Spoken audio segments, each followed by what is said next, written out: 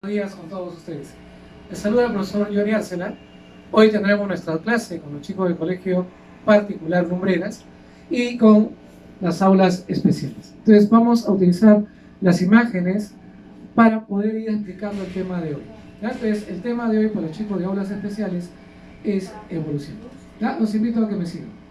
¿Qué es evolución? Tú te preguntarás, la evolución para ti debe ser un proceso de cambios, un proceso de transformación, ¿no? Que se va a ver ¿dónde? En las especies. Entonces, acá estamos visualizando a un mamut y este animalito en su etapa de vida era un animal cubierto totalmente de pelo, vivía en lugares altamente fríos, por lo tanto tenía un gran tamaño con grandes depósitos de grasa. Pero ¿qué sucede? Todo cambio se tiene que dar, no en un individuo, recuérdalo, sino en una población. Por lo tanto, cuando tú analizas el concepto, te das cuenta, son los cambios donde en la población. Por lo tanto, si yo te pidiera cuál es la unidad básica de la evolución, recuerda, la unidad básica de la evolución será la población. ¿Correcto? Entonces, volvamos con la especie. Este mamut de enorme tamaño, que vive en un lugar extremadamente frío, al generar cambios ambientales, deja la era del hielo y pasas a la era del calor, el animal ha tenido que irse adaptando a las nuevas condiciones. ¿Esto qué generó en él? Generó un sinnúmero de eventos, por ejemplo, la caída del pelo. Recuerda, no tiene sentido tener pelo en un lugar cálido, entonces el pelo comienza a caer. Nuestro pequeño mamut comienza a mutar, ¿ves? Perdió el pelo. ¿Qué más? Comenzó a reducir notablemente su tamaño. Porque recuerden, en un lugar cálido no tiene sentido generar recursos de grasa. La grasa se genera para el frío, como un mecanismo de protección. Entonces, nuestro animal comienza a bajar de peso. Nuestro animal comienza a perder el pelo. Sus orejas pequeñas deben convertirse en unas orejas más largas, como grandes abanicos para refrigerarse. Conclusión. En N tiempos, porque estás hablando de generaciones, nuestro mamut, debido a un factor ambiental, comenzó a cambiar. Ya no es un mamut, se convirtió en una especie que es un elefante. Entonces, volvamos. ¿Qué es la evolución?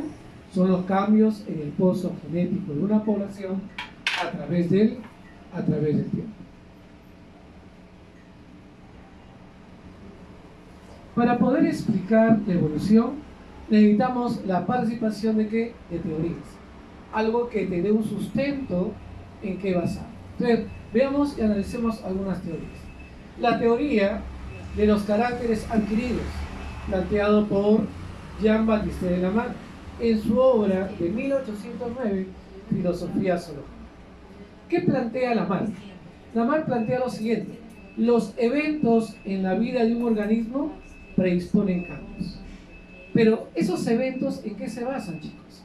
Se basan en la hipótesis del uso por el desuso. ¿Qué significa? Que si tú desarrollas órganos, un determinado órgano, este se va a desarrollar, pero otros órganos que no trabajan se van a atrofiar, ¿no? El ejemplo más clásico de la teoría de Lamarck es cómo explica la evolución de la jirafa. Entonces, veamos acá. La jirafa es un animal de corto cuello y patas cortas, que tenía el alimento a su alcance. ¿Estamos? Pero de repente se desata una sequía y el alimento se comienza a encontrar en la copa de los árboles. ¿Qué es lo que va a suceder acá? Este ejercicio continuo de alcanzar las hojas con el fin de alimentarse es una necesidad. Va a generar que la jirafa comience a alargar el cuello y alargue las patas. Pero ¿qué pasa con el cuerpo que no trabaja? El cuerpo se comienza a atrofiar. Ahora, una vez que la jirafa logró el objetivo de adquirir largo cuello y largas patas, la jirafa se reproduce. Por lo tanto, al reproducirse, estas características adquiridas pasan directamente ¿a qué? A la descendencia. La pregunta es, ¿será cierto lo que dice Lamarck? De ahí lo vamos a discutir. ¿Ya? Entonces, una de las primeras teorías que trata de explicar la evolución de las especies es la teoría de Lamarck, la teoría de los caracteres adquiridos en su obra, vuelvo a repetir, Filosofía Zoológica. Así como surgió la mar, viene luego el padre de la evolución. ¿Y quién es el padre de la evolución? El padre de la evolución es el señor Charles Darwin, con su obra El origen de las especies. ¿Estamos? Esa es su obra. Y su teoría, la selección natural. Ahora, hay que comentar que Darwin hizo un trabajo paralelo a un personaje llamado Rupert Alfred Wallace. Wallace estaba trabajando en un lugar similar a Darwin. Él estaba en Madagascar, en la península malaya, y Darwin se encontraba en Ecuador, Galápagos. ¿Estamos? Entonces, ¿qué es lo que pudo observar Darwin? Darwin, a partir de sus observaciones en estos lugares, él llegó a varias conclusiones. Una de las primeras conclusiones fue la variabilidad en la especie. Los individuos no son iguales, tienen características particulares que los van a diferenciar. La segunda es la sobreproducción.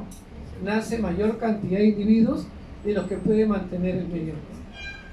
Esto conlleva a la competencia. ¿Y la competencia qué permite? La sobrevivencia del más apto. Recuérdalo. Ese individuo apto tiene un regalo, la reproducción. Y como consecuencia de la reproducción viene la especiación. Profesor, ¿qué es especiación? Es formar nuevos individuos a partir de ¿qué? De un ancestro anterior. ¿Estamos? Acá, por ejemplo, tomo como referencia a la evolución del hombre. Entonces, en la evolución del hombre, debo tener un ancestro en común que debido a cambios simultáneos adaptativos han ido formando nuevas especies. ¿Está bien? Ahora, regresemos con lo que decía Darwin. Entonces, Darwin se basa en la variabilidad de la especie, se basa en la competencia, en la sobrevivencia del más apto. Y ese individuo más apto se puede reproducir, generando nuevas especies a partir de ¿qué? De un ancestro. Si Darwin es considerado el padre de la evolución, le pidieron a Darwin que cómo él puede explicarnos y rechazar a su vez la teoría de los caracteres adquiridos planteado por Lamarck.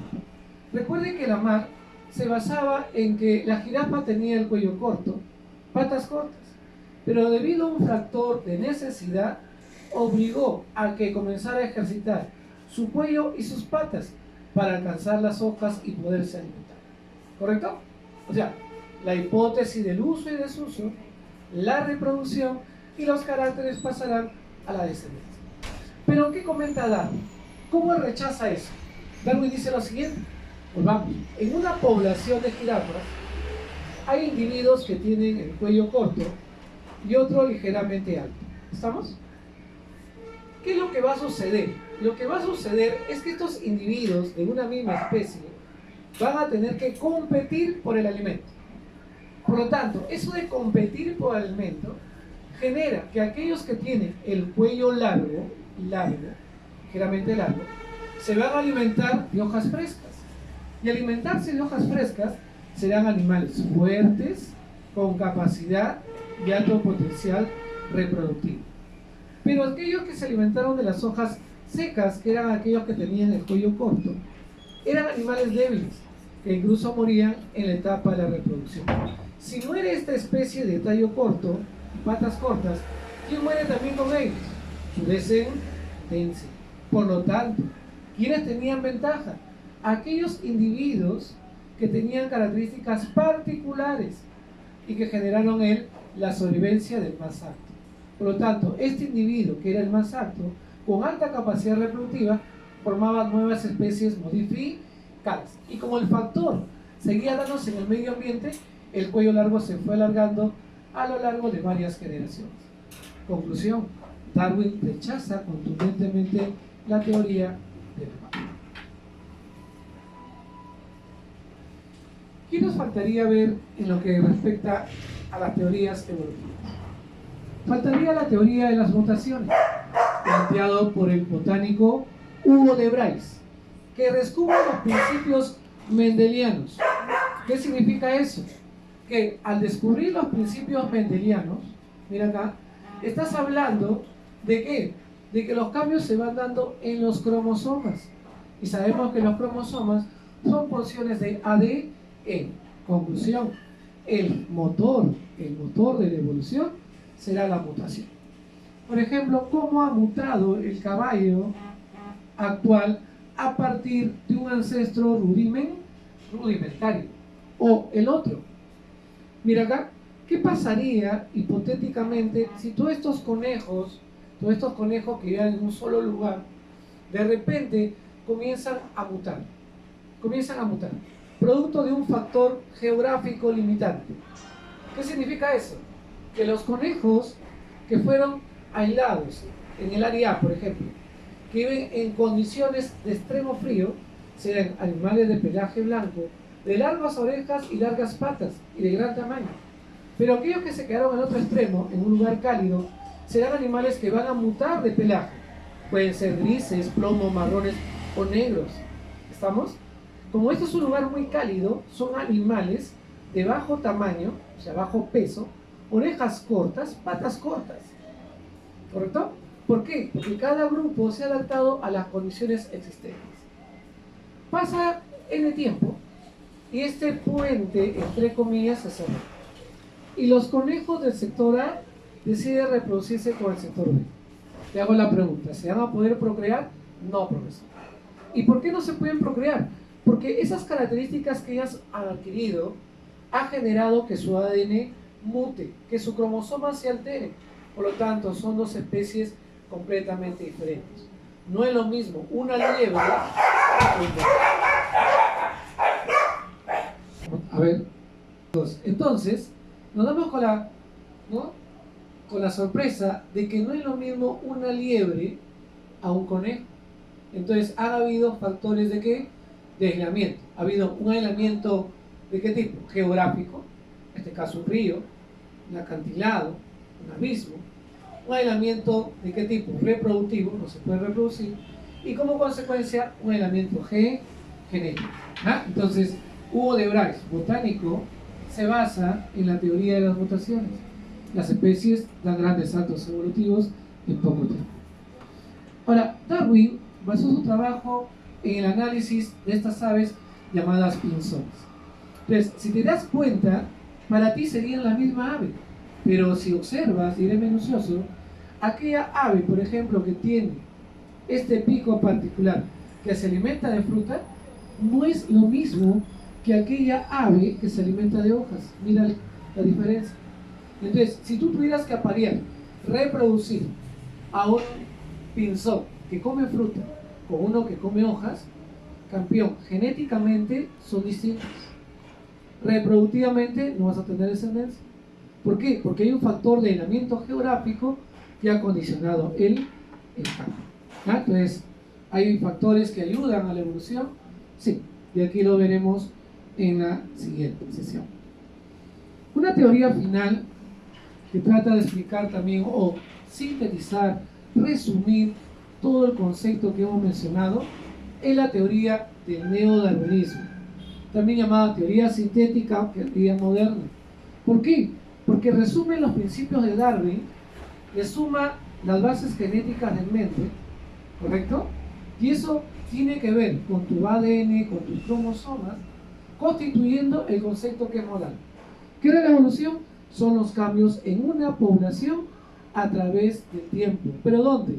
En su pozo genético. Defensor de la teoría del neodarwinismo, el ruso Teodoro Donsatsky. Y su obra, no te olvides, su obra es La genética y el origen de las especies. Entonces recordemos, Teodoro Donsatsky, defensor de la teoría del neodarwinismo, y su obra La genética y el origen de las especies.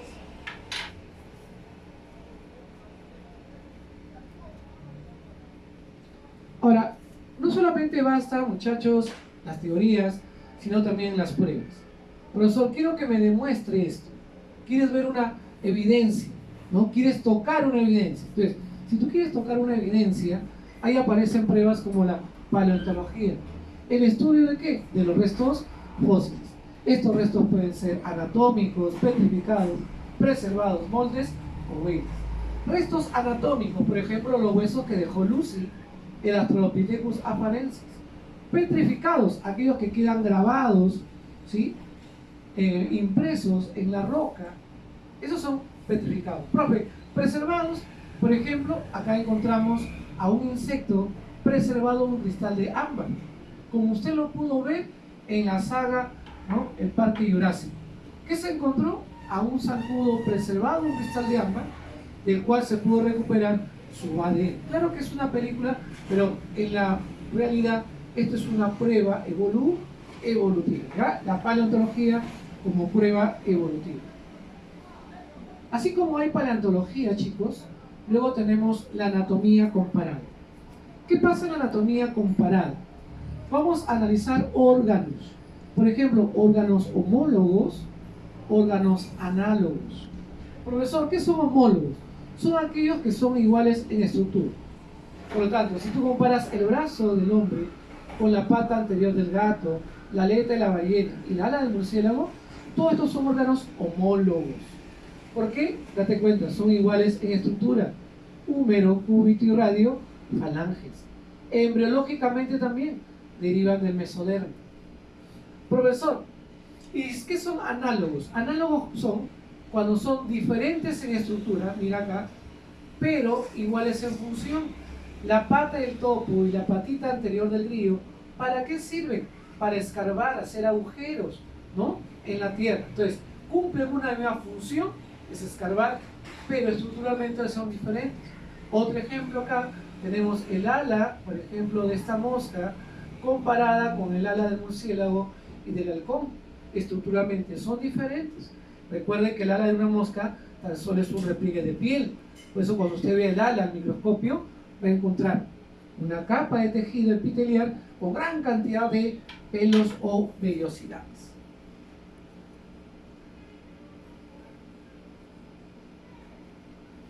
La siguiente prueba tiene que ver con la embriología. Acá en embriología aparece un personaje llamado Ernest Haeckel, el padre de la recapitulación. ¿Qué dice Haeckel?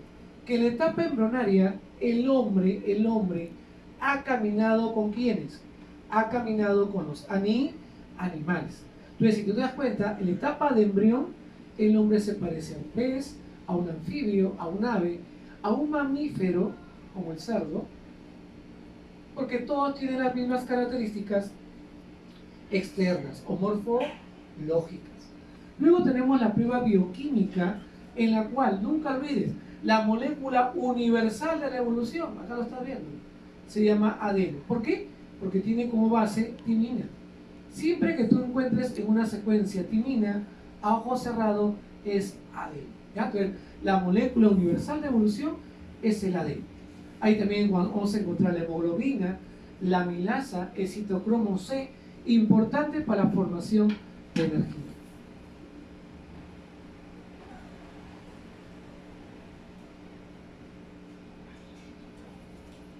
La evolución necesita de algunos factores o fuerzas o motores que impulsen el proceso. ¿Quiénes son los tres factores fundamentales? Será la mutación, que son los cambios que se dan en el ADN y que se manifiestan fenotípicamente. La migración, cuando una especie va de un lugar a otro, no solamente migra la especie, ¿correcto?, con sus características, sino está transportando su ADN. ¿Qué, profesor? Deriva génica. Imaginemos que tuviéramos que viajar a Ticlio. Y al viajar por Ticlio, el 50% de los jóvenes comienza a experimentar soroche, mal de altura, vómito, náuseas, mareo, falta de oxígeno. Pero el 50% no lo experimenta. Y tú te haces la pregunta del millón, ¿por qué mis amigos no experimentan eso? Porque como fuiste sometido a un factor ambiental, tus genes se comienzan a recombinar, tratando de buscar aquellos genes que tengan que ver con el factor de altura. Entonces, como ellos tienen familiares de la sierra, ¿no?, con línea materna o paterna o de segunda línea, rápidamente se adaptan, lo que no se da con el otro 50%, con ser netamente de la costa. Entonces, tres factores que impulsan la evolución: la mutación, la migración y la deriva génica.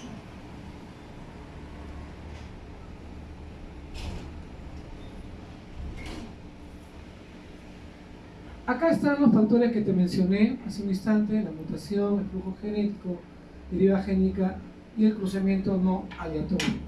Profesor, ¿a qué se refiere con el cruzamiento no aleatorio?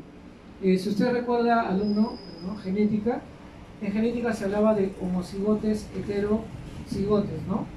Recuerda, si tú cruzas homocigotes, sean dominantes o recesivos, siempre se va a mantener los homocigotes en descendencia.